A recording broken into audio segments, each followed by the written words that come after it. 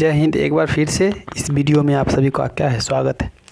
देखिए, मौलिक अधिकार में समानता का जो अधिकार था 14 से लेकर अनुच्छेद 14 से लेकर 18 तक, वो क्या कर दिए, समाप्त कर दिया। आज हम देखते हैं मौलिक अधिकार में स्वतंत्रता का जो अधिकार है उसके बारे में हम क्या करते देखते हैं। जो आर्टिकल 19 से लेकर के और 22 तक है, इसकी चर्चा में स्वतंत्रता का अधिकार मतलब यह कि एक इंसान को जो है कौन कौन चीज़ के लिए जो भारतीय संविधान में स्वतंत्रता दी गई है। ठीक, तो वो कितना से कितना तक, अनुच्छेद 12 से 19 से लेकर के कितना तक, 22 तक है। भाग कितना है मौलिक अधिकार के, भाग 3 के 19 से लेकर के 22 तक में। ठीक, तो अब देखिए 19 में क्या कहता है, हम यहाँ से शुरू करते हैं 19 से। देखिए 19 में हमको कुल जो है वो 6 प्रकार की स्वतंत्रता दी गई है।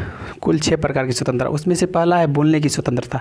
यदि आप कहीं पे कुछ भाषण दे रहे हैं, बोल रहे हैं, तो ये कहीं ना कहीं हमारा भारतीय संविधान में क्या किया गया है, जिक्र किया गया है, लिखा गया है कि आपको जो है बोलने की क्या है, स्वतंत्रता है। तो वो स्वतंत्रता हमें किस अनुच्छेद से मिलती है, तो वो स्वतंत्रता हमें जो है अनुच्छेद 19 के ए से मिलती है कि आपको क्या है, बोलने की स्वतंत्रता है। तो 19 के ए में क्या लिखा है, बोलने की स्वतंत्रता, किसी भी व्यक्ति को क्या है, बोलने की स्वतंत्रता है। और याद रखिएगा 19 के ए में ही प्रेस की क्या है, स्वतंत्रता है। प्रेस जो है वो उसकी क्या है, स्वतंत्रता 19 के ए में ही है। 19 के ए में पहले नागरिक की स्वतंत्रता है, जो नागरिक क्या कर सकता है, बोल सकता है। फिर 19 के ए में ही है जो प्रेस की क्या है, स्वतंत्रता है।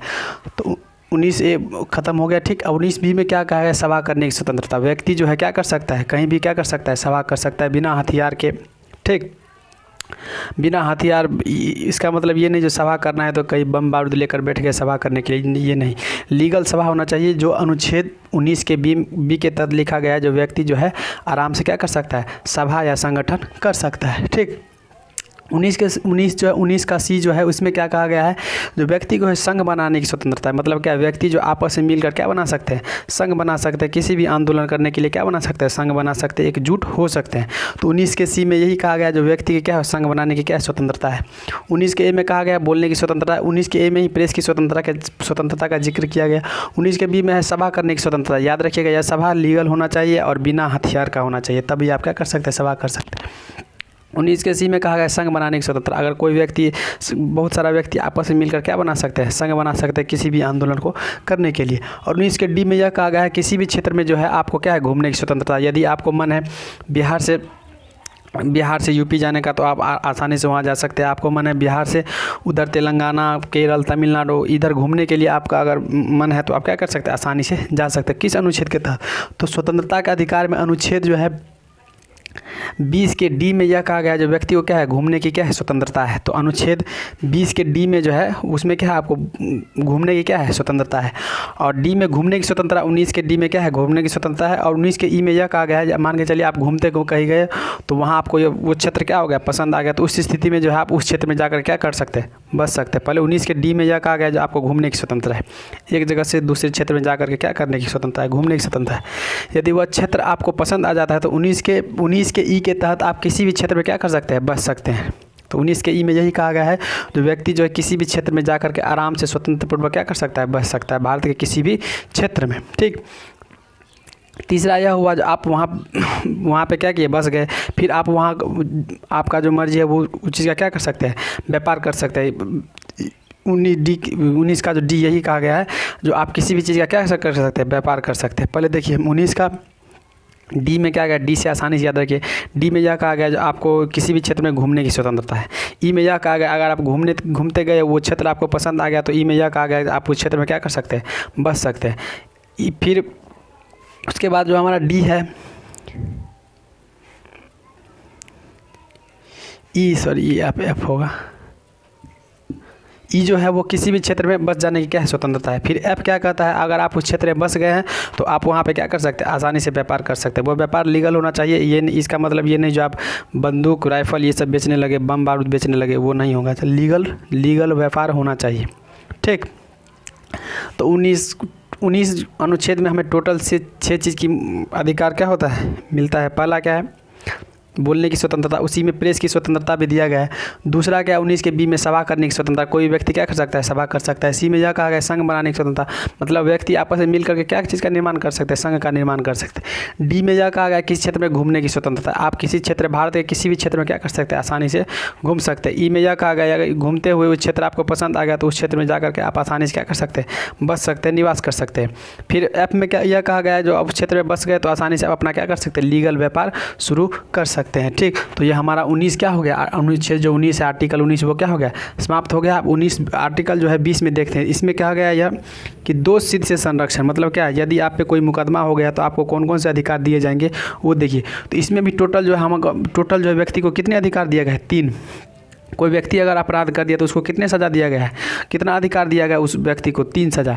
पहला यह है कि आप एक अपराध के लिए एक सज़ा देना चाहिए, मतलब कोई व्यक्ति अगर एक अपराध करता है तो उसके लिए सिर्फ एक सज़ा, ये नहीं जो केंद्र सरकार उस व्यक्ति को अलग सज़ा दिए, फिर राज्य में आए तो राज्य सरकार उसको अलग सज़ा दिए, फिर अपने समाज में आए तो समाज में उस व्यक्ति को अलग सज़ा दिए, नहीं, एक सज़ा के सिर्फ एक गलती का सिर्फ एक सज़ा। ठीक, तो 20 का ए में यही कहा गया कोई व्यक्ति अगर अपराध करता है तो उसको एक अपराध के लिए सिर्फ एक सज़ा मिला जाए। इसका मतलब यह नहीं जो व्यक्ति को अनेकों सज़ा दिया जाए। ठीक, तो 20 का यही कहता है कि एक व्यक्ति जो है व्यक्ति को एक गलती के लिए एक सज़ा। बी में यह कहा गया है सज़ा उस समय के कानून के हिसाब से, मतलब जिस समय व्यक्ति को सज़ा मिलेगा तो उस समय जो कानून रहेगा उस कानून के हिसाब से व्यक्ति को सज़ा मिलेगा। 20 में यही कहा गया है जो सज़ा जो है उस समय के कानून के हिसाब से, मतलब यह जैसे अभी क्या है, चोरी किया तो कुछ समय के लिए जेल में बंद कर दिए तो इस समय के हिसाब से सज़ा मिलना चाहिए। ये नहीं जो पहले के समय में क्या होता था, चोरी किया जाता था तो उसका हाथ काट दिया जाता था, उस समय के हिसाब से नहीं, जो नियम कानून उस समय है उसी समय के हिसाब से व्यक्ति को क्या मिलेगा, सज़ा मिलेगा। ठीक, तो बी में 20 का जो बी है उसमें यही कहा गया है जो व्यक्ति को जो है सज़ा उस समय के हिसाब से मिलेगा। ठीक, और सी में यह कहा गया अपने खिलाफ गवाह नहीं दे सकते, मतलब कोई व्यक्ति अपराध किया, ठीक, तो वो खुद ने जा कर के कोर्ट में कह सकता है क्या जो हम चोरी किए हैं या हम चोरी नहीं किए, उसका कोई भी जवाब लीगल नहीं होगा, मान्य नहीं होगा। ठीक, नहीं तो ऐसा होता ना जो पुलिस वाला सब ज़बरदस्ती उसको बुलवा लेता जो आप खुद परेशान होने के लिए कि तुम बोलना कोर्ट में जा कर के जो हम चोरी किए हैं ताकि यह केस आराम से क्या हो जाए, ख़त्म हो जाए, हम लोग का परेशानी बच जाए। इस स्थिति को देखते हुए सरकार ने जो है भारतीय संविधान में जिक्र किया गया है कि जो व्यक्ति अपराध किया है उसका जो गवाह है वो अपने खिलाफ गवाह नहीं दे सकता है। ठीक, तो 19 का जो सी है वो यही है कि अपने खिलाफ कोई व्यक्ति क्या नहीं दे सकता है, गवाह नहीं दे सकता है। तो मेरा 20 भी क्या हो गया, ख़त्म हो गया। 20 में पहला क्या है जो व्यक्ति को एक गलती के एक सज़ा। बी में क्या है सज़ा उस समय के कानून के हिसाब से। सी में क्या है व्यक्ति जो अपने खिलाफ गवाह नहीं दे सकता है। तो 20 क्या हो गया, ख़त्म हो गया। अब देखिए सी 21 जो है 21 हमारा क्या कहता है, ये जो 21 है 21 में यह कहता है जो व्यक्ति को क्या है गरिमापूर्ण जीवन जीने का क्या है अधिकार है, मतलब गरिमापूर्ण जीवन जीने का अधिकार मतलब क्या है, व्यक्ति जैसा चाहे कोई भी भारत के नागरिक जैसा चाहे वैसा जीवन जी सकता है, उसको रोकने के लिए कोई नहीं। अपने मनपसंद के लड़का या लड़की से क्या कर सकता है, ब्याह कर सकता है, उसका जो इच्छा होगा वो जहाँ क्या कर सकता है, निवास कर सकता है। ठीक, तो गरिमापूर्ण जीवन जी सकता है अनुच्छेद 21 के तहत। इसी के तहत कोई लड़का लड़की एक दूसरे से क्या कर लेता है, विवाह कर लेता है, और उस स्थिति में जो है कोर्ट कुछ नहीं कर पाता, क्योंकि हमारे भारतीय संविधान में लिखा गया है 21 में जो व्यक्ति को क्या है गरिमापूर्ण जीवन जीने का क्या है अधिकार है। तो वो गरिमापूर्ण कब जी सकता है, जब वो अपने मनपसंद के लड़के या लड़की से ब्याह कर सकता है, जब वो अपने मनपसंद के क्षेत्र में बस सकता है, जब वो मनपसंद के क्या कर सकता है, काम कर सकता है। तो 21 जो यही कहा गया है गरिमापूर्ण जीवन जीने का अधिकार है। और अनुच्छेद 21 में यही कहा गया है जो सरकार का यह कर्तव्य होगा कि सरकार क्या करे, स्वच्छ वातावरण क्या करे उपलब्ध कराए अपने नागरिकों के लिए। तो गरिमापूर्ण जीवन जीने का अधिकार किस में है, 21 में है। और 21 में यह कहा गया है कि सरकार का यह कर्तव्य होगा कि सरकार जो है व्यक्ति को स्वच्छ एवं साफ वातावरण उपलब्ध कराएगी। ठीक, देखिए अब हम देखते हैं कि अनुच्छेद 21 तो समझ उसमें हो गया जो व्यक्ति को क्या है गरिमापूर्ण जीवन जीने का अधिकार है। अनुच्छेद 21 के तहत ही सरकार का यह कर्तव्य होगा कि सरकार अपने नागरिक के लिए जो स्वस्थ एवं साफ क्या करे वातावरण उपलब्ध कराए। और 21 का जो कहा उसमें यह कहा गया है 6 से लेकर के 14 वर्ष के जितने भी बच्चे सरकार उसके क्या करेगी, शिक्षा पर ध्यान देगी। यह पहले मौलिक अधिकार में नहीं था।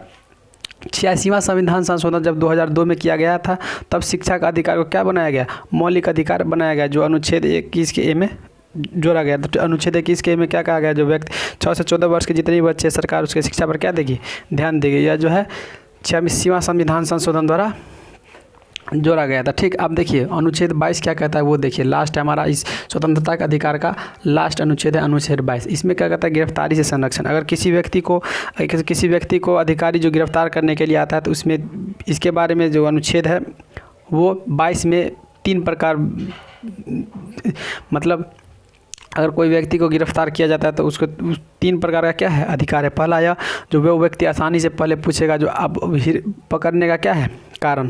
तो पहला स्वतंत्रता यह जो व्यक्ति क्या करेगा, अगर कोई पकड़ने के लिए पुलिस आता है तो सबसे पहला अधिकार यह है जो वो पूछेगा उससे कारण, गिरफ्तार करने का कारण पहला।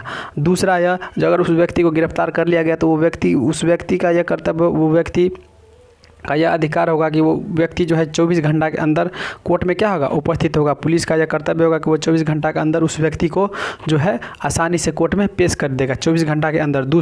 तीसरा यह जो जिस व्यक्ति को गिरफ्तार किया गया है वो व्यक्ति जो अपना मनपसंद क्या रख सकता है, वकील रख सकता है। तो अनुच्छेद 22 के तहत ही कोई व्यक्ति जो क्या करता है, अपने मनपसंद क्या रखते हैं, वकील रखते हैं, और तब जाकर के कोर्ट में क्या करते हैं, लड़ाई करते हैं। तो यह अधिकार किस में दिया गया है, तो अनुच्छेद 22 में दिया गया है। जो व्यक्ति जो है अपने मनपसंद क्या रख सकते हैं, वकील रख सकते हैं। तो अनुच्छेद 22 में 3 प्रकार के अधिकार, पहला जो व्यक्ति पूछ सकता है जो गिरफ्तारी का कारण। दूसरा अगर गिरफ्तार हो गया तो उस व्यक्ति को 24 घंटा के अंदर जो है उस कोर्ट में प्रस्तुत करना पड़ेगा।